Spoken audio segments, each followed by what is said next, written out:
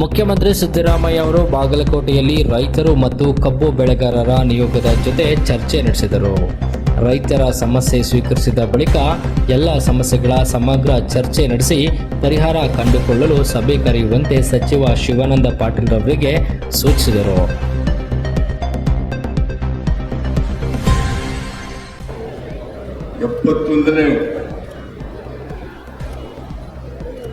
ಸಹಕಾರ ಸಪ್ತಾಹದಲ್ಲಿ ಭಾಗವಹಿಸಿರ್ತಕ್ಕಂಥ ಸಹಕಾರ ಸಚಿವರಾದಂಥ ಶ್ರೀ KN ರಾಜಣ್ಣ ಅವರ, ಅಬಕಾರಿ ಸಚಿವರಾದಂಥ ತಿಮ್ಮಾಪುರ್ ಅವರ, ಜವಳಿ ಮತ್ತು ಸಕ್ಕರೆ ಸಚಿವರಾದಂಥ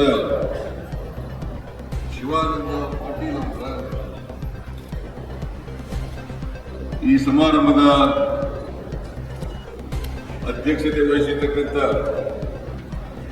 ಶಾಸಕರಾದಂಥ HY BT ಅವರ, ಸಹಕಾರ ಮಹಾಮಂಡಲದ ಅಧ್ಯಕ್ಷರು ಶಾಸಕರು ಆದಂಥ GT ದೇವೇಗೌಡ ಅವರ, ಮಾಜಿ ಸಚಿವರು ಮೇಲ್ಮನೆಯ ಸದಸ್ಯರು ಆದಂಥ ಪ್ರಕಾಶ್ ಹುಕ್ಕೇರಿ ಅವರ, ಶಾಸಕರಾದಂಥ ನರೇಂದ್ರ ಸ್ವಾಮಿ ಅವರ, ಭೀಮಸೇನ್ ಚಿಮ್ಮನಕಟ್ಟಿ ಅವರ, ಮಂಜುನಾಥ್ ಅವರ, ವಿಜಯಾನಂದ ಕಾಶಪ್ಪನವರ, JT ಪಾಟೀಲ್ ಅವರ, ಮಾಜಿ ಶಾಸಕರಾದಂಥ ನಂಜೈನ್ ಮಠ್ ಅವರ ಹಾಗೂ ಜಿಲ್ಲಾ ಕಾಂಗ್ರೆಸ್ನ ಅಧ್ಯಕ್ಷರ, ಮಾಜಿ ಸಚಿವರಾದಂಥ SR ಪಾಟೀಲ್ ಅವರ,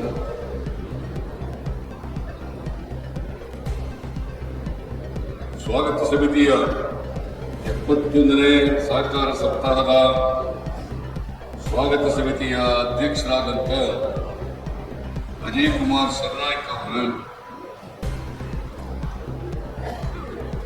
ಮೇಲ್ಮನೆಯ ಸದಸ್ಯರಾದಂಥ ಸುನೀಲ್ ಗೌಡ ಪಾಟೀಲ್ ಅವರ, ಶಾಸಕರು ಮಾಜಿ ಸಚಿವರಾದಂಥ ಅಪ್ಪಾಜಿ ನಾಡಗೌಡ ಅವರ, ಮಾಜಿ ಶಾಸಕರಾದಂಥ ಆನಂದ ನ್ಯಾಮಗೌಡ ಅವರ,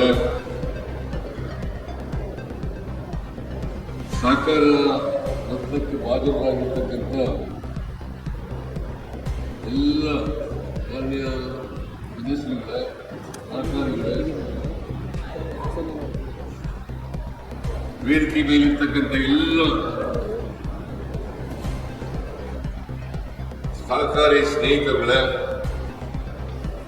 ಸಹಕಾರ ಇಲಾಖೆಯ ಅಧಿಕಾರಿ ಸ್ನೇಹಿತರೇ, ಇಲ್ಲಿ ಆಗಮಿಸಿರ್ತಕ್ಕಂಥ ಸಹಕಾರಿ ಬಂಧುಗಳೇ, ತಾಯಂದಿರೇ, ಮಾಧ್ಯಮದ ಗೆಳೆಯರು, ಇವತ್ತು ಅತ್ಯಂತ ಸಂತೋಷದಿಂದ 71ನೇ ಸಹಕಾರಿ ಉತ್ಸವದಲ್ಲಿ ಭಾಗವಹಿಸಿದ್ದೇನೆ. ಇದೇ ದಿನ ಸುಮಾರು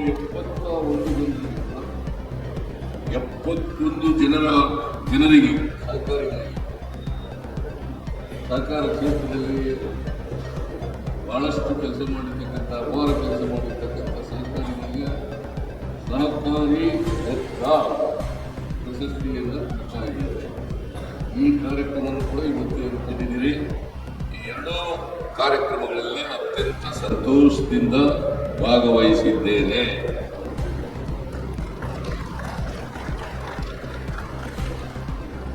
ಸಹಕಾರಿ ಕ್ಷೇತ್ರ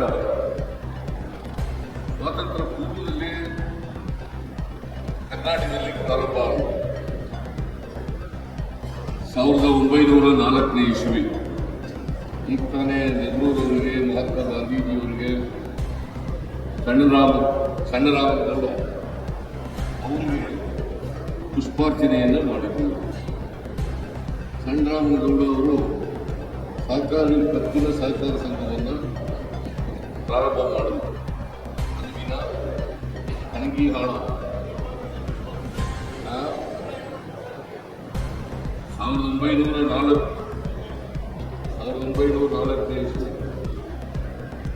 1905ನೇ ಇಸ್ವಿನಲ್ಲಿ ಸರ್ಕಾರಿ ನಿಯಮಗಳು ಜಾರಿಗೆ ಬಂದು, ಹಾಗಾಗಿ ಸರ್ಕಾರಿ ಕ್ಷೇತ್ರ ಸ್ವಾತಂತ್ರ್ಯ ಪೂರ್ವದಲ್ಲಿಯೇ ನಮ್ಮ ದೇಶದಲ್ಲಿ ಇತ್ತು ಅಂತಕ್ಕಂಥದ್ದನ್ನ ನಾವು ನೆನಕಬೇಕಾಗ್ತದೆ ಅಂತಕ್ಕಂಥ ಮಾತುಗಳನ್ನು ಹೇಳಲಿಕ್ಕೆ ಬಯಸ್ತಾ ಇದ್ದಾರೆ. ಸ್ವಾತಂತ್ರ್ಯ ಬಂದ ಮೇಲೆ ನೆಹರೂರವರು, ಮಹಾತ್ಮ ಗಾಂಧೀಜಿಯವರು ಸರ್ಕಾರಿ ಕ್ಷೇತ್ರಕ್ಕೆ ಹೆಚ್ಚು ಅವರು ನೆಹರೂರವರು ಪ್ರಧಾನಮಂತ್ರಿ ಆದಮೇಲೆ ನಿಮಗೆಲ್ಲ ಗೊತ್ತಿದೆ ಪಂಚವಾರ್ಷಿಕ ಯೋಜನೆಗಳನ್ನು ಮಾಡಿದ್ದಾರೆ. ಆ ಪಂಚವಾರ್ಷಿಕ ಯೋಜನೆಯಲ್ಲಿ ಸರ್ಕಾರಕ್ಕೆ ಒತ್ತು ಕೊಡ್ತಕ್ಕಂಥ ಕೆಲಸವನ್ನು ಮಾಡಿದರು. ಹಾಗಾಗಿ ಇಡೀ ದೇಶದಲ್ಲಿ ಸರ್ಕಾರಿ ಕ್ಷೇತ್ರ ಬೆಳೀಲಿಕ್ಕೆ ಸಾಧ್ಯ ಆಯಿತು ಅಂತಕ್ಕಂಥದ್ದನ್ನ ಇವತ್ತು ನಾವು ಮರೀಲಿಕ್ಕೆ ಸಾಧ್ಯ ಇಲ್ಲ. ನೆಹರು ಕಾಲದಿಂದ, ಮಹಾತ್ಮ ಗಾಂಧೀಜಿಯವರ ಕಾಲದಿಂದ ಸಹಕಾರಿ ಕ್ಷೇತ್ರಕ್ಕೆ ಹೆಚ್ಚು ಒತ್ತಾಸೆಯನ್ನ, ಸಹಕಾರವನ್ನ, ಬೆಂಬಲವನ್ನ ಕೊಡ್ತಾ ಬಂದಿದ್ದರಿಂದ ಇವತ್ತು ಸಹಕಾರಿ ಕ್ಷೇತ್ರ ಬಹಳ ದೊಡ್ಡದಾಗಿ ಬೆಳೆದಿದೆ ಅಂತಕ್ಕಂಥದ್ದನ್ನು ನಾವು ನೋಡಲಿಕ್ಕೆ ಸಾಧ್ಯ ಆಗ್ತದೆ. ಅದಕ್ಕೆ ಒಂದು ಧ್ಯೇಯ ವಾಕ್ಯ ಇದೆ.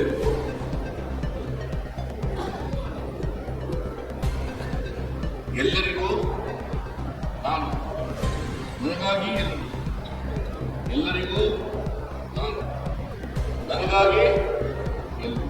ಇದು ಧ್ಯೇಯವಾಕ್ಯ. ಸಹಕಾರಿ ಕ್ಷೇತ್ರದಲ್ಲಿ ಎಲ್ಲರಿಗೂ ನಾನು, ನನಗೆ ಎಲ್ಲರೂ.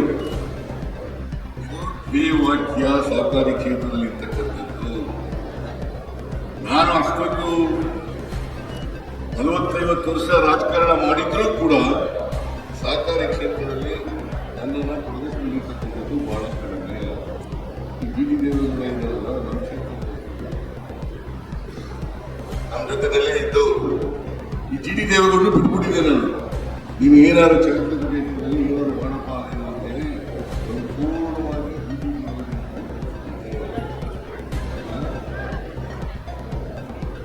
ಹಾಗಾಗಿ ನಮ್ಮ ಜಿಲ್ಲೆಯಲ್ಲಿ, ಕರ್ನಾಟಕ ರಾಜ್ಯದಲ್ಲಿ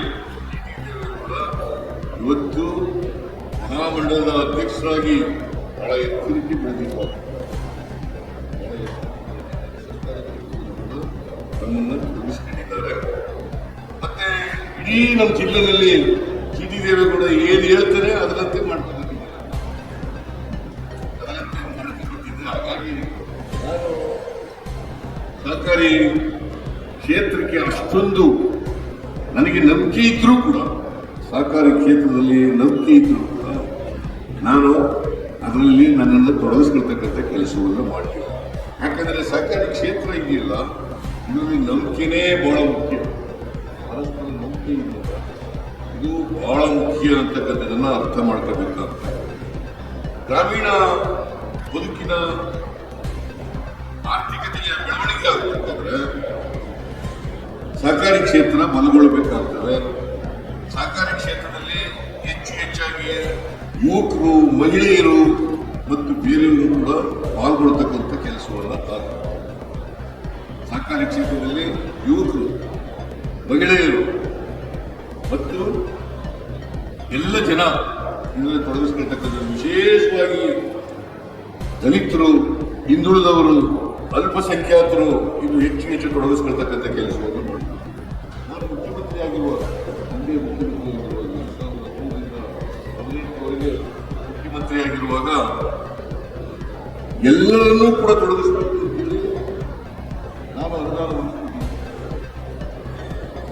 ವಿಶೇಷವಾಗಿ ಪರಿಶಿಷ್ಟ ಜಾತಿಯವರು, ಹಿಂದುಳಿದವರು, ಅಲ್ಪಸಂಖ್ಯಾತರು ಸದಸ್ಯರಾಗಬೇಕು. ಯಾರೇ ಒಂದು ವರ್ಗದ ಜನ ಸದಸ್ಯರಾದ್ರೆ ಆರ್ಥಿಕ ಆರ್ಥಿಕ ಬೆಳವಣಿಗೆ ಕುಂಠಿತ ಆಗ್ತದೆ. ಎಲ್ಲರ ಸೇರುವಿಕೆ ಪಾಲ್ಗೊಳ್ಳುವಿಕೆಯಿಂದ ವಿಕಾಸ ಆಗ್ತದೆ, ಬೆಳವಣಿಗೆ ಆಗ್ತದೆ, ಆರ್ಥಿಕ ಬೆಳವಣಿಗೆಯನ್ನು ಕಾಣಲಿಕ್ಕೆ ಸಾಧ್ಯ ಆಗ್ತದೆ. ಇದಕ್ಕೋಸ್ಕರ ನಾನು ಮುಖ್ಯಮಂತ್ರಿಯಾಗಿರುವಾಗ ಉಚಿತವಾಗಿ ಸದಸ್ಯರನ್ನು ಬೆಳೆತಕ್ಕಂಥ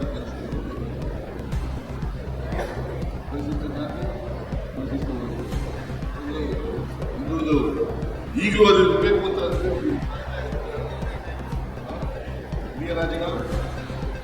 ಈಗಲೂ ಇದೆ.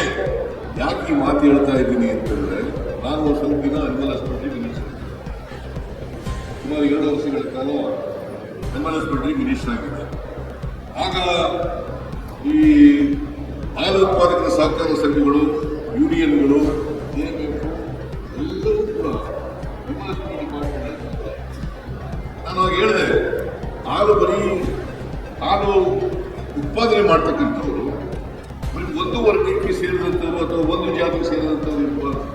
ಎಲ್ಲ ಜಾತಿ ಹಸುಗಳು ಸಾಕ್ತಕ್ಕಂಥವ್ರು, ಹಾಲು ಉತ್ಪಾದನೆ ಮಾಡ್ತಕ್ಕಂಥವ್ರು ಎಲ್ಲರೂ ಕೂಡ ಇರಬೇಕು. ಮತ್ತೆ ಎಲ್ಲರಿಂದಲೂ ಕೂಡ ಹಾಲನ್ನು ಕೊಂಡ್ಕೊಳ್ತಕ್ಕಂಥ ವ್ಯವಸ್ಥೆ. ಯಾಕಂದ್ರೆ ಹಾಲು ಉತ್ಪಾದಕರ ಸಹಕಾರ ಸಂಘ ಮಾಡೋದು ಯಾಕೆ? ಅವ್ರಿಗೆ ಹಳ್ಳಿಗಾಡಿನಲ್ಲಿ ಮಾರುಕಟ್ಟೆ ಇಲ್ಲ. ಆ ಮಾರುಕಟ್ಟೆಯನ್ನು ನಾವು ಒದಗಿಸ್ಕೊಡ್ಬೇಕು ಅನ್ನೋ ಕಾರಣಕ್ಕೋಸ್ಕರವಾಗಿ ಹಾಲು ಉತ್ಪಾದಕರ ಸಹಕಾರ ಸಂಘಗಳನ್ನು ಮಾಡುತ್ತೆ. ಹಳ್ಳಿನಲ್ಲಿ ಹಾಲು ಉತ್ಪಾದನೆ ಆಗಬೇಕು, ಆ ಹಾಲು ಪಟ್ಟಣಗಳಲ್ಲಿ ಮಾರಾಟ ಆಗಬೇಕು. ಅವತ್ತು ಸರಿ ಚರ್ಚೆ ಕೂಡ ಆಯ್ತು ಪಾರ್ಲಿಮೆಂಟ್ನಲ್ಲಿ. ಏನಂತ ಚರ್ಚೆ ಆಯ್ತು ಅಂತಂದ್ರೆ, ಹಾಲು ಉತ್ಪಾದನೆ ಆಗ್ತದೆ ಹಳ್ಳಿಗಳಲ್ಲಿ, ಜನ ಹಾಲನ್ನೆಲ್ಲ ಮಾರಾಟ ಮಾಡಿಬಿಡ್ತಾರೆ, ತಾವು ಇಟ್ಕೊಳ್ಳೋದೇ ಇಲ್ಲ. ಇದು ಹಾಲು ಉತ್ಪಾದಕರ ಸಂಘಟನೆ ಯಾಕೆ ಉಳಿಕೆ ಹಾಲು ಇದೆಯಲ್ಲ, ಆ ಉಳಿಕೆ ಹಾಲಿಗೆ ಮಾರುಕಟ್ಟೆ ಇಲ್ಲ. ನೀವು ಹಾಲು ಕುಡಿಬೇಡಿ, ಮಜ್ಜಿಗೆ ಕುಡಿಬೇಡಿ, ಬೆಣ್ಣೆ ಕುಡಿಬೇಡಿ ಅಂತೆಲ್ಲ ಮಾಡುತ್ತದೆ. ಇದು ಮಾಡಿದ್ದು ನೀವು ಹಾಲು ಕುಡಿಬೇಕು, ಮಜ್ಜಿಗೆನೂ ಕುಡಿಬೇಕು, ಬೆಣ್ಣೆನೂ ತಿನ್ನಬೇಕು, ಉಳಿಕೆ ಹಾಲಿಗೆ ಮಾರುಕಟ್ಟೆ ಇರಬೇಕು.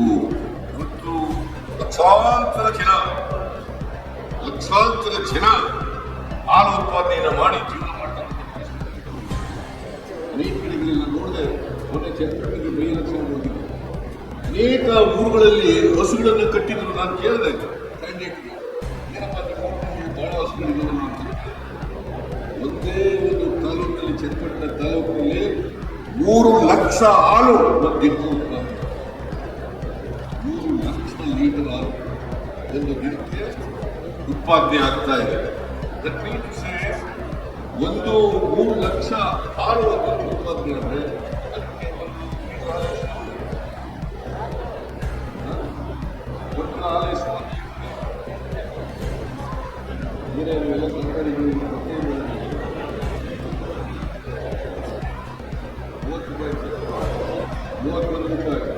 31 ಇಂಟು 3 ಲಕ್ಷ ಒಂದು ದಿನಕ್ಕೆ ಅಷ್ಟು ಉತ್ಪಾದನೆ ಆಗ್ತದೆ. 1 ಕೋಟಿ ಹಾಲು ಉತ್ಪಾದನೆ ಆಗುತ್ತೆ. 1 ಕೋಟಿ ಲೀಟರ್ ಹಾಲು, 1 ಕೋಟಿ ಲೀಟರ್ ಹಾಲು ಒಂದು ದಿನಕ್ಕೆ ಉತ್ಪಾದನೆ ಆಗ್ತದೆ. ಅದರರ್ಥ 31 ಇಂಟು 1 ಕೋಟಿ, 31 ಕೋಟಿ ಒಂದು ದಿನಕ್ಕೆ ಉತ್ಪಾದನೆ ಆಗ್ತದೆ. ಇದನ್ನು ನಾವು ಅರ್ಥ ಮಾಡ್ಕೊಬೇಕು. ಆರ್ಥಿಕ ಬೆಳವಣಿಗೆ ಆಗ್ಬೇಕಾದ್ರೆ, ಆರ್ಥಿಕ ಚಟುವಟಿಕೆ ಆಗ್ಬೇಕಾದ್ರೆ ಇನ್ನೂ ಹೆಚ್ಚು ಹಾಲು ಉತ್ಪಾದನೆ ಆಗ್ತದೆ. ಹಾಲು ಉತ್ಪಾದನೆ ಆಗ್ತಕ್ಕಂಥದ್ದನ್ನು ಮಾರಾಟ ಮಾಡಬೇಕು. ಅದಕ್ಕೋಸ್ಕರ ಅನೇಕ ಮಾರಾಟ ಮಾಡ್ತಕ್ಕಂಥ, ನನ್ನ ಒಂದ್ಸಾರಿ ನಾನು ಮುಖ್ಯಮಂತ್ರಿ ಆಗಿದ್ದೆ. 2003ರಿಂದ 2015ರವರೆಗೆ ಮುಖ್ಯಮಂತ್ರಿ ಆಗಿರುವಾಗ KMFನವರೆಲ್ಲ ಬಂದರು, ನನಗೆ ಬೀಟ್ ಯೂನಿಯನ್ ಅಧ್ಯಕ್ಷರುಗಳೆಲ್ಲ ಬಂದರು. ಸರ್, ಹಾಲು ಉತ್ಪಾದನೆ ಜಾಸ್ತಿ ಆಗ್ತದೆ, ಏನ್ ಮಾಡೋಣ ಅಂತ ಹೇಳಿ.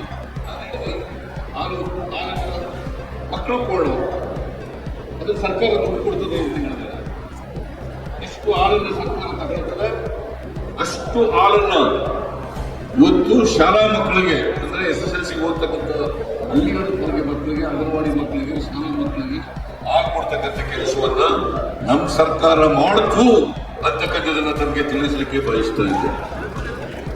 ಅಲ್ಲಿವರೆಗೆ ಹಾಲು ಕೊಡ್ತಕ್ಕ ಇಲ್ಲ. ಆಮೇಲೆ ಯಡಿಯೂರಪ್ಪನವರು ಕೊನೆಯಲ್ಲಿ 1 ಲೀಟರ್ ಹಾಲಿಗೆ 3 ರೂಪಾಯಿ ₹3 ಪ್ರೋತ್ಸಾಹ ಧನವನ್ನು ಕೊಡ್ತೀವಿ ಅಂತ ಹೇಳಿದ್ರು. ಆಮೇಲೆ ನಾನು ಬಂದ ಮೇಲೆ ₹3 ಜೊತೆಗೆ ಇನ್ನೂ ₹2 ಹೆಚ್ಚು ಮಾಡಿ 1 ಲೀಟರ್ ಹಾವಿಗೆ ₹5 ಕೊಡ್ತಕ್ಕಂಥ ಕೆಲಸವನ್ನು ಮಾಡಿದೆ. ನಾನು ಅನ್ವೆಲಪ್ಮೆಂಟ್ ಮಿನಿಸ್ಟರ್ ಆಗಿರುವಾಗ ಇನ್ನೊಂದು ಪ್ರಮುಖವಾದಂತ ಕೆಲಸ ಮಾಡೋದೇನಪ್ಪ ಅಂತಂದ್ರೆ, ಈ ಡೈರಿಗಳು ಬೇರೆ, ಮಿಲ್ಕ್ ಯೂನಿಯನ್ಗಳು ಬೇರೆ ಬೇರೆ ಬೇರೆ ಇತ್ತು, ಡೈರಿಗಳು ಬೇರೆ ಇತ್ತು, ಡೈರಿ ಅಧಿಕಾರಿಗಳು ನೋಡ್ತಾ ಇದ್ರು. ಆಮೇಲೆ ಮಿಲ್ಕ್ ಯೂನಿಯನ್ಗಳು ರೈತರಿಂದ ಉತ್ಪಾದಕರಿಂದ ಚುನಾಯಿತರಾದಂತಹ ಪ್ರತಿನಿಧಿಗಳು. ಇದಕ್ಕೆ ನಾನು ಏನು ಮಾಡಿದೆ, ಎಲ್ಲ ಡೈರಿಗಳನ್ನು ಕೂಡ ಮಿಲ್ಕ್ ಯೂನಿಯನ್ಗೆ ಟ್ರಾನ್ಸ್ಫರ್ ಮಾಡಿದ್ದೆ. ರೈತರು ಇದರ ಮಾಲೀಕರಾಗಬೇಕು, ಮಿಲ್ಕ್ ಯೂನಿಯನ್ಗಳ ಅಧ್ಯಕ್ಷರು ಆ ವಹಿವಾಟನ್ನೆಲ್ಲ ನೋಡ್ಕೊಳ್ತಕ್ಕಂಥ ಕೆಲಸವನ್ನು ಮಾಡಬೇಕು ಅಂತಕ್ಕಂಥ ಕೆಲಸವನ್ನು ಮಾಡಿದ್ದು ಮೊದಲನೇ ಬಾರಿಗೆ ನಾನು ಪ್ರಸವಪುರ ಮಂತ್ರಿಯಾಗಿ ಮಾಡಿದೆ ಅಂತಕ್ಕಂಥದ್ದನ್ನು ಮರೀಲಿಕ್ಕೆ ಸಾಧ್ಯ ಇಲ್ಲ. ಒಂದು ಹಾಲು ಕೊಟ್ಟದ್ದು ಮಕ್ಕಳಿಗೆ, ಎರಡನೇದು ₹5 ಕೊಟ್ಟದ್ದು, ಮೂರನೇದು ಡೈರಿಗಳನ್ನ ಮಿಲ್ಕ್ ಯೂನಿಯನ್ಗಳಿಗೆ. ಈಗ 14 ಮಿಲ್ಕ್ ಯೂನಿಯನ್ಗಳು, 14 ಮಿಲ್ಕ್ ಯೂನಿಯನ್ಗಳು, ಮಿಲ್ಕ್ ಯೂನಿಯನ್ಗಳಿಗೆ ಡೈರಿಗಳನ್ನ ವರ್ಗಾವಣೆ ಮಾಡತಕ್ಕದ್ದು. ನಾನು ಯಾಕೆಂತಂದ್ರೆ ಅಧಿಕಾರ ವಿಕೇಂದ್ರೀಕರಣ ಆಗಬೇಕು. ಅಧಿಕಾರ ಕೇಂದ್ರದಲ್ಲಿ ಸೀಮಿತವಾಗಿರಬಾರದು, ರಾಜ್ಯದಲ್ಲಿ ಸೀಮಿತವಾಗಿರಬಾರದು, ಕೆಳ ಹಂತದಲ್ಲಿ ಬಂದಾಗ ಮಾತ್ರ ಅಧಿಕಾರ ವಿಕೇಂದ್ರೀಕರಣವಾದಾಗ ಮಾತ್ರ ನಾವು ಬೆಳವಣಿಗೆಯನ್ನು ಕಾಣಲಿಕ್ಕೆ ಸಾಧ್ಯ ಆಗ್ತದೆ, ಆರ್ಥಿಕವಾಗಿ ಸಾಮಾಜಿಕ. ಯಾಕೆಂತಂದ್ರೆ ಭಾರತ ದೇಶ ಹಳ್ಳಿಗಳ ದೇಶ. ಹಳ್ಳಿಗಳ ದೇಶದಲ್ಲಿ ಆರ್ಥಿಕವಾಗಿ ಹಳ್ಳಿಗಳು ಅಭಿವೃದ್ಧಿ ಆಗಲಿ ಹೋದ್ರೆ, ಅಧಿಕಾರ ಸಿಕ್ಕದೆ ಹೋದ್ರೆ, ಅದಕ್ಕೆ ಮಹಾತ್ಮ ಗಾಂಧೀಜಿಯವರು ಏನು ಹೇಳ್ತಿದ್ರು ಗೊತ್ತಾ? ಏನ್ ಹೇಳ್ತಾ ಇದ್ರು? ಅಧಿಕಾರ ಹಳ್ಳಿಯಿಂದ ದಿಲ್ಲಿಗೆ ಹೋಗ್ಬೇಕು ಹೊರತು ದಿಲ್ಲಿಯಿಂದ ಹಳ್ಳಿಗೆ ಬರಬಾರದು. ಅಧಿಕಾರ ಹಳ್ಳಿಯಿಂದ ದಿಲ್ಲಿಗೆ ಹೋಗ್ಬೇಕು ಹೊರತು ದಿಲ್ಲಿಯಿಂದ ಹಳ್ಳಿಗೆ ಬರಬಾರದು.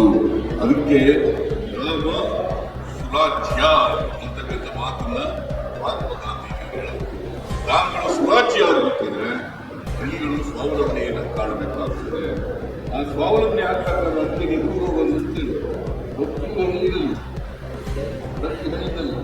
ಒಂದು ಪಂಚಾಯಿತಿ ಇರಬೇಕು, ಒಂದು ಶಾಲೆ ಇರಬೇಕು, ಎರಡನೇದು ಒಂದು ಕೋಆಪರೇಟಿವ್ ಮೂರಕ್ಕೆ ಇರಲೇಬೇಕು. ಒಂದು ಪಂಚಾಯಿತಿ, ಎರಡನೇದು ಒಂದು ಶಾಲೆ, ಮೂರನೇದು ನಿಮ್ಗೆ ಗೊತ್ತಾಗಲ್ಲ ರತ್ನಗಳು, ಸಹಕಾರಿ ರತ್ನ ಕಲಿತಾ ಇದ್ದೀನಿ. ಪ್ರತಿ ಹಳ್ಳಿನಲ್ಲಿ ನೆಲ್ಲೂರವರು ಹೇಳಿದ್ದು ಒಂದು ಪಂಚಾಯಿತಿ ಇರಲೇಬೇಕು, ಒಂದು ಸೊಸೈಟಿ ಇರಲೇಬೇಕು, ಒಂದು ಶಾಲೆ. ಈ ಮೂರಿದ್ರು ಮಾತ್ರ ಹಳ್ಳಿ ಬೆಳವಣಿಗೆಯನ್ನು ಕಾಣಲಿಕ್ಕೆ ಸಾಧ್ಯ ಆಗ್ತದೆ. ಇದನ್ನ ನಾವು ಮಾಡ್ತಕ್ಕಂಥ ಕೆಲಸವನ್ನು ಪ್ರಾಮಾಣಿಕವಾಗಿ ಪ್ರಯತ್ನವನ್ನು ಮಾಡ್ತಾ ಇದ್ದೀವಿ. ಅಧಿಕಾರ ವಿಕೇಂದ್ರೀಕರಣ ಮಾಡೋದಲ್ಲ, ಎಲ್ರಿಗೂ ಅಧಿಕಾರ ಹಂಚುವಂತ ಕೆಲಸ ಮಾಡೋದಲ್ಲ, ಮಹಿಳೆಯರಿಗೆ, ಹಿಂದುಳಿದವರಿಗೆ, ಬಡವರಿಗೆ ಅಧಿಕಾರ ಹಂಚತಕ್ಕಂಥ ಕೆಲಸ. ಅಧಿಕಾರ ಗ್ರಾಮ ಪಂಚಾಯಿತಿಗಳಲ್ಲಿ, ಜಿಲ್ಲಾ ಪಂಚಾಯಿತಿಗಳಲ್ಲಿ, ತಾಲೂಕು ಪಂಚಾಯಿತಿಗಳಲ್ಲಿ ಅಧಿಕಾರ ವಿಕೇಂದ್ರೀಕರಣ ಆಗಬೇಕು. ಇದನ್ನ ರಾಜೀವ್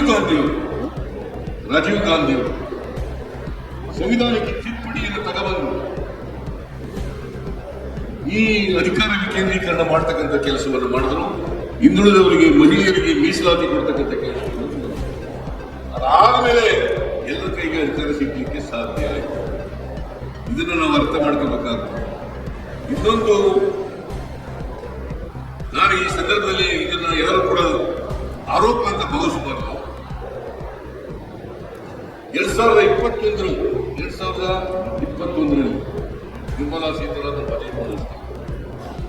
ಕೇಂದ್ರದಲ್ಲಿ ಇರಲಿಲ್ಲ, ಸಹಕಾರ ಇಲಾಖೆ ಇರಲಿಲ್ಲ, ಕೇಂದ್ರದಲ್ಲಿ ಸಹಕಾರ ಇಲಾಖೆ ಇರಲಿಲ್ಲ.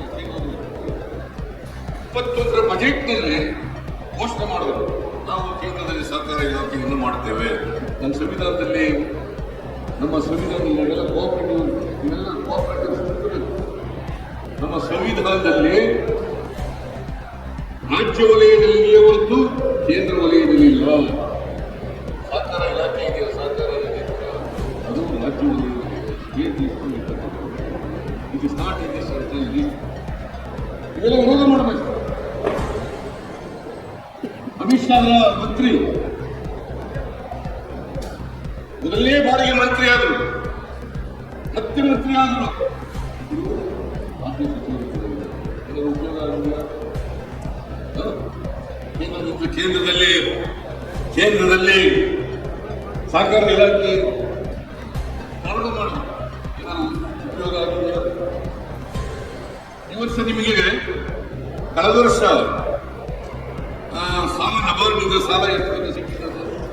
4% ಬಡ್ಡಿ 5,600 ಕೋಟಿ ರೂಪಾಯಿ. ಸಿಕ್ಕಿದೆ 2,340 ಕೋಟಿ. 2,340 ಕೋಟಿ ಯಾರ ಮಾಡೋದು? ನಬಾರ್ಡ್ ಯಾರ? ಮತ್ತೆ ಕೇಂದ್ರದಲ್ಲಿ ಸಹಕಾರ ಇಲಾಖೆ ಏನ್ ಮಾಡ್ತಾರೆ? ಇದೆ ಹಣಕಾಸಿನ ಇಲಾಖೆ ಅಧೀನದಲ್ಲಿ ಬರೋದು ನಬಾರ್ಡ್. ಹಣಕಾಸು ಇಲಾಖೆ ಅಧೀನದಲ್ಲಿ ಬರೋದು, ರಿಸರ್ವ್ ಬ್ಯಾಂಕ್ ಅಧೀನದಲ್ಲಿ ಬರೋದು. ಅಮಿತ್ ಶಾನೇ ಮಂತ್ರಿ. ಈ ವರ್ಷ 2,340 ಕೋಟಿ ರೂಪಾಯಿ, ಸುಮಾರು 58% ಕಡಿಮೆ.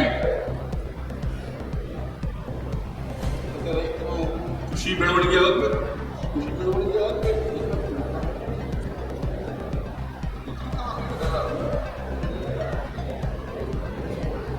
ಕೃಷಿ ಬೆಳವಣಿಗೆ ಆಗಬೇಕು. ರೈತರಿಗೆ ಸಾಲ ಸಿಗ್ಬೇಕಲ್ಲ, ರೈತರಿಗೆ ಕೃಷಿ ಮಾಡಲಿಕ್ಕೆ ಸಾಲ ಸಿಗ್ಬೇಕಲ್ಲ. ನಾನು ರಾಜನ ಇಲ್ಲೇ ಕೂತಿದ್ದಾರೆ. ಮಕ್ಕಳ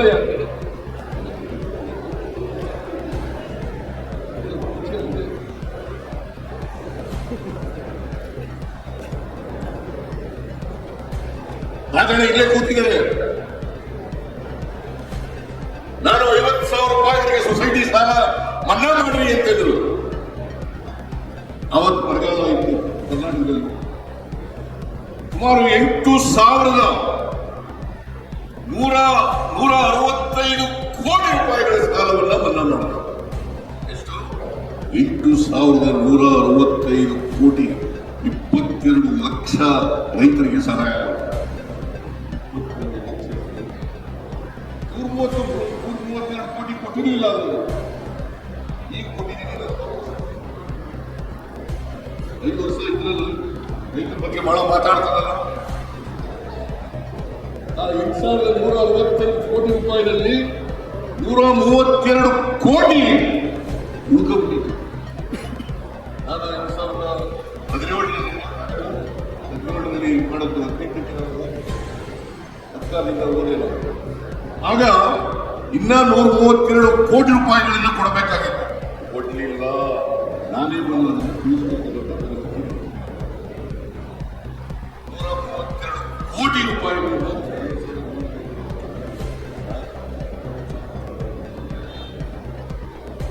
ಈಗ ತೀರಿಸಿದ್ವಿ.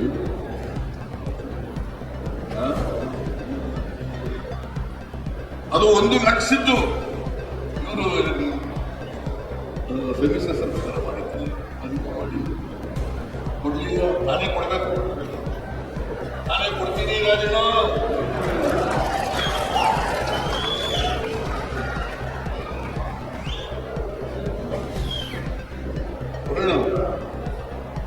ಕೊಡೋಣ ಹೆಸರು ಅವರಿಗೆ. ಇದು 1 ಲಕ್ಷ ಸಾಲ ಮನ್ನಾ ಮಾಡಿದೆ, 1 ಲಕ್ಷ ಸಾಲ ಮನ್ನಾ ಮಾಡಿದೆ ಅಂತ ಹೇಳೋದು.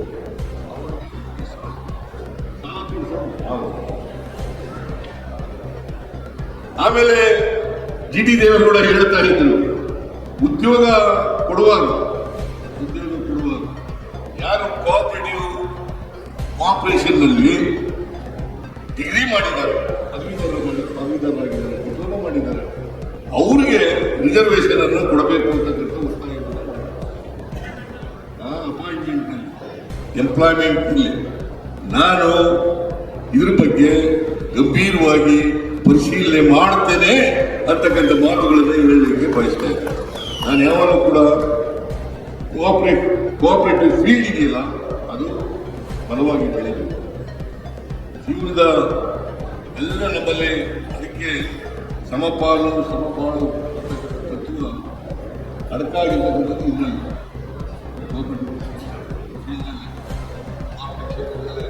ಸಮಪಾಲು ಅಡಕಾಗಿರ್ತಕ್ಕಂಥದ್ದು ಇದರಲ್ಲೇ.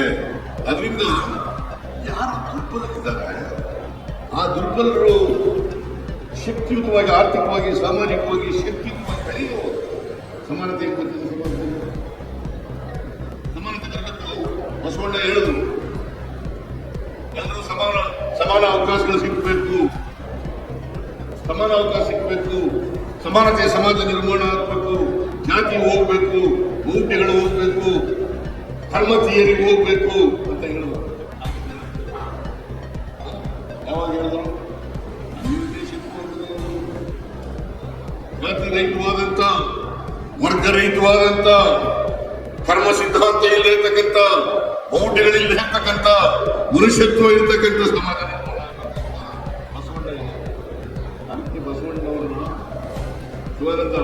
ಬಸವಣ್ಣವರ ಸಾಂಸ್ಕೃತಿಕ ನಾಯಕ ಅಂತ ಮಾಡಿದ್ದು ನಮ್ಮ ಸರ್ಕಾರ ಅಂತಕ್ಕಂಥದ್ದೆಲ್ಲ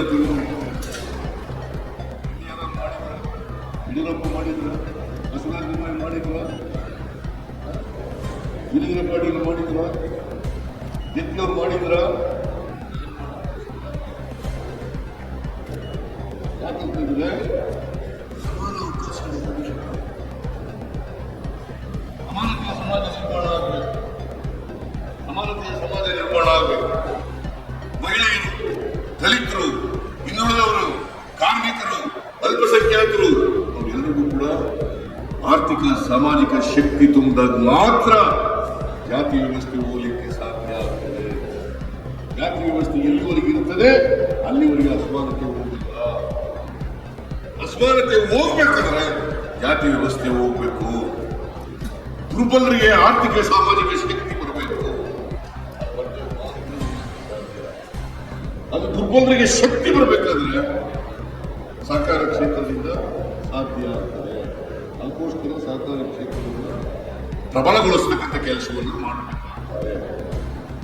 ಇದಕ್ಕೆ ನಮ್ಮ ಸರ್ಕಾರ ಎಲ್ಲ ರೀತಿಯ ಸಹಕಾರವನ್ನು, ಈಗ ಸಾಲ 58% ಕಡಿಮೆ ಮಾಡಬೇಕು. 58% ಹೋದ ವರ್ಷ 5,600 ಕೋಟಿ ಇದ್ದದ್ದು ನಬಾರ್ಡ್ನವರು ಈ ಸಾರಿ 2,340 ಕೋಟಿ. ಅನ್ಯಾಯ ಅಲ್ವಾ ಇದು? ರೈತರು ಮಾಡ್ತಕ್ಕಂಥ ದ್ರೋಹ ಅಲ್ವಾ ಇದು? ನೀವು ಯೋಚನೆ ಮಾಡಿ. ನಾನು ಪತ್ರ ಬರೆದಿದ್ದೀನಿ ಮೊನ್ನೆ, 2 ದಿನಗಳ ಹಿಂದೆ ಪತ್ರ ಬರೆದಿದ್ದೆ. ಪ್ರಧಾನಮಂತ್ರಿ ಪತ್ರ ಬರೆದಿದ್ದೆ, ನಿರ್ಮಲಾ ಸೀತಾರಾಮನ್ ಅವರಿಗೆ ಪತ್ರ ಬರೆದೆ. ರೈತರಿಗೆ ಅನ್ಯಾಯ ಮಾಡಬೇಡಿ, ರೈತರಿಗೆ ಮೋಸ ಮಾಡಬೇಡಿ ಅಂತಕ್ಕಂಥ ಪತ್ರವನ್ನು ಬರೆದಿದ್ದೇನೆ. ಯಾಕಂತಂದ್ರೆ 58% ಒಮ್ಮೆಲೆ ಕಡಿಮೆ ಆಗ್ಬಿಟ್ರೆ ನೀವು ಕೇಂದ್ರದಲ್ಲಿ ಹೊಸ ಇಲಾಖೆ ಮಾಡಿ ಸೃಷ್ಟಿ ಮಾಡ್ತೀವಿ, ರೈತರಿಗೆ ಅನ್ಯಾಯ ಆಗಬಾರ್ದಲ್ಲ. ಅದಕ್ಕೋಸ್ಕರ ಅದನ್ನೇ 58% ಅಂದ್ರೆ 3,260 ಕೋಟಿ ಕಡಿಮೆ ಆಯಿತು. 3,060 ಕೋಟಿ ಸರ್ಕಾರ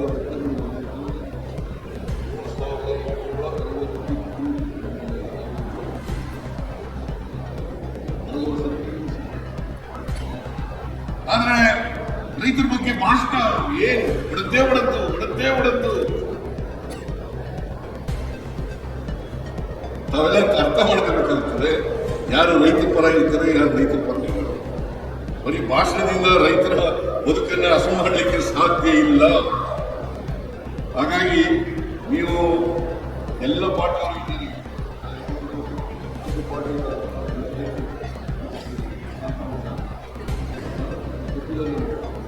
ಇದ್ರೆ ಎಲ್ಲ ಮಕ್ಕಳು ಎಲ್ಲರೂ ಸೇರಿ ಬರಲಿ. ನಮಗೆ ನಬಾರ್ಡ್ನಲ್ಲಿ ಈ ತರ ಅನ್ಯಾಯ ಆಗಿದೆ. ಅನ್ಯಾಯ ಆಗಿರೋದು ಹೇಳ್ತಕ್ಕಂಥ ಕೆಲಸ ಮಾಡಬೇಕು ಅಂತೇಳಿ ನಿಮ್ಮಲ್ಲಿ ಮನವಿ ಮಾಡಿ ಪ್ರಕಾಶ್ ನಾವು ಬಿಲ್ಡಿಂಗ್ಗಳಿಗೆ ದುಡ್ಡು ಕೊಡ್ತಾ ಇದ್ರಿ, ಯಾವುದು ದುಡ್ಡು ಕೊಡ್ತಾ ಇಲ್ಲ ನೀವು ಬಿಲ್ಡಿಂಗ್ಗಳಿಗೆ ಅಂತ ಮಾತು ಹೇಳ್ತಾ ಇದ್ರಿ. ಅದನ್ನು ಕೂಡ ನಾನು ಗಂಭೀರವಾಗಿ ಪರಿಶೀಲನೆ ಮಾಡಿ ಮುಂದಿನ ವರ್ಷದಿಂದ ಬಿಲ್ಡಿಂಗ್ಗಳಿಗೆ ದುಡ್ಡು ಕೊಡ್ತಕ್ಕಂಥ ಕೆಲಸವನ್ನು ಮಾಡ್ತೀನಿ ಅಂತಕ್ಕಂಥ ಮಾತನ್ನು ಕೂಡ ಈ ಸಂದರ್ಭದಲ್ಲಿ ಹೇಳಿ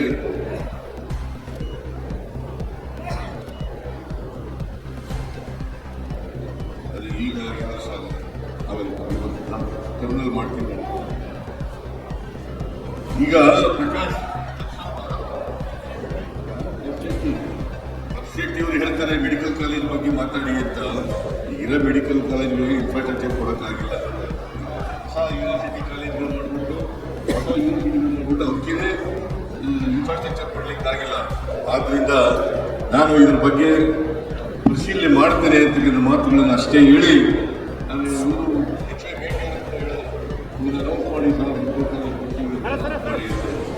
ನಾನು ಇದ್ರ ಬಗ್ಗೆ ಕಮಿಟ್ಮೆಂಟ್ ಮಾಡ್ಕೊಳ್ಳೋಕೆ ಹೇಳ್ಬಿಡ್ತೀನಿ. ಕಮಿಟ್ಮೆಂಟ್ ಮಾಡ್ಕೊಳ್ಳೋಕೆ ಹೋಗೋಣ.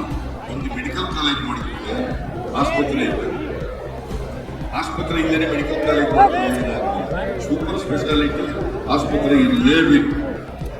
ಅದರಿಂದ ನಾನು ಇದ್ರ ಬಗ್ಗೆ ಯೋಚನೆ ಮಾಡ್ತೇನೆ ಅಂತಕ್ಕಂಥ ಮಾತುಗಳನ್ನು ಹೇಳಿ ಅತ್ಯಂತ ಸಂತೋಷದಿಂದ ಈ 71ನೇ ಸಹಕಾರ ಸಪ್ತಾಹವನ್ನು ಉದ್ಘಾಟನೆ ಮಾಡಿ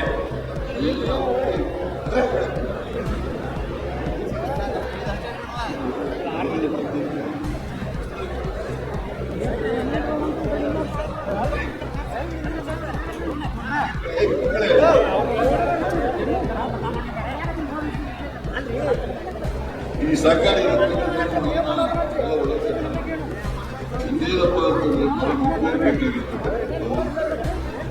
ಯಾರೇ ಸಹಕಾರಿಗಳಾಗಿಲ್ಲ. ಮತ್ತಷ್ಟು ಸುದ್ದಿಗಳಿಗಾಗಿ ನೋಡ್ತಾ ಇರಿ ಪಬ್ಲಿಕ್ ನ್ಯೂಸ್ 24x7. ಇದು ಸತ್ಯದ ಧ್ವನಿ.